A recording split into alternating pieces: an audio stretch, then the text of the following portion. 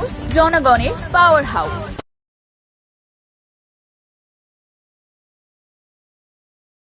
মেয়েরা যেতে পারছে না ভয়ে। আমি তো কনস্টিটিউশনাল ক্রাইসিসে পড়ে যাচ্ছি, কারণ আমার প্রয়োজন থাকলেও অন্য জায়গায় কথা বলতে হবে, কিন্তু রাজভবনে ঢুকতে পাচ্ছি না, কারণ ভয় পাচ্ছি এই রাজ্যপালের যে সব কীর্তি কেলেঙ্কারি বেরিয়েছে তার জন্য।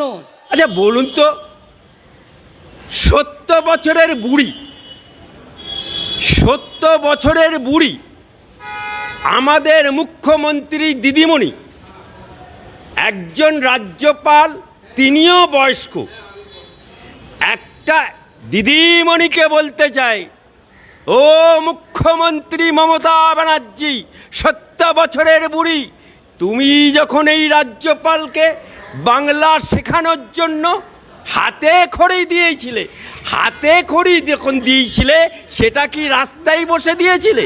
সেটা তো রাজভবনে বসে হাতে খড়ি দিয়েছিলে। এই রাজ্যপাল তখন ওনার মনের মতো হয়েছিল, তাই তখন পাশে বসে হাতে খড়ি দিয়েছিলে বাংলা ভাষা শিক্ষার জন্য। তখন উনি হয়ে গেলেন রাজ্যপাল, মহামান্য রাজ্যপাল। আজকে সেই রাজ্যপাল যখন ওনার বিরুদ্ধে চলে যাচ্ছে, বাংলার বুকে ওনার যে সমস্ত কুকীর্তি হচ্ছে সেটা যখন বাংলার মানুষের স্বার্থে সংবিধান অনুযায়ী তুলে ধরছে রাজভবন থেকে, তখন ওনার এই রাজ্যপালের পাশে বসতে লজ্জা পাচ্ছে। এত বড় সাহস! আমরা নাকি সব কয়লা চোর। আমি বলি, ওরে কয়লার বড় প্রধানমন্ত্রী তুই, তোর কয়লা তোর ডিপার্টমেন্ট, তোর গভর্নমেন্টের ডিপার্টমেন্ট, কোল ইন্ডিয়া, কোল মিনিস্ট্রি আমাদের হাতে নেই, ওটা তোমাদের হাতে। কোন রাস্তায় দেখা করতে হবে? উনাকে কে শ্লীলতা হানি করবে বলুন তো? এই 70 বছরের বুড়িকে দিদি থেকে দিদিমা হয়ে গেল। হ্যাঁ, মায়েরা যেটা করেছে সেটা সঠিক করেছে।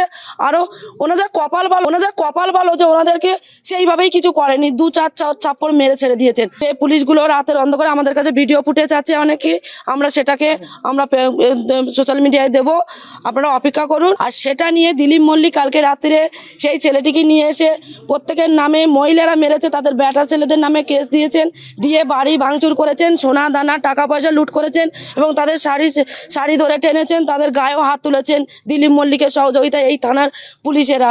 যে পুলিশগুলো রাতের অন্ধকারে আমাদের কাছে ভিডিও ফুটেজ আছে অনেকে, আমরা সেটাকে আমরা সোশ্যাল মিডিয়ায় দেব, আপনারা অপেক্ষা করুন। আর মা বোনেরা আজকেরই যাবে ওদের নামে এফআইআর করতে সন্দেশখালী থানায়, আর সন্দেশখালী থানা যদি না নেয় আমরা ডাইরেক্ট এটা আমরা হাইকোর্ট করব। কোন দুঃখে কোন অভিমানে আমি দল পরিত্যাগ করছি তার কারণটা দু একটা তুলে ধরবো মাত্র।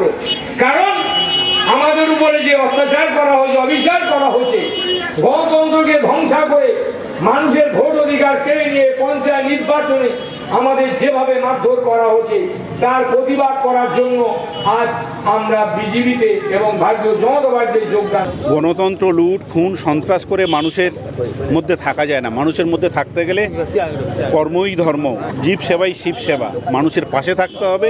তাই ওনারা আমাদের সাথে জয়েন করছেন।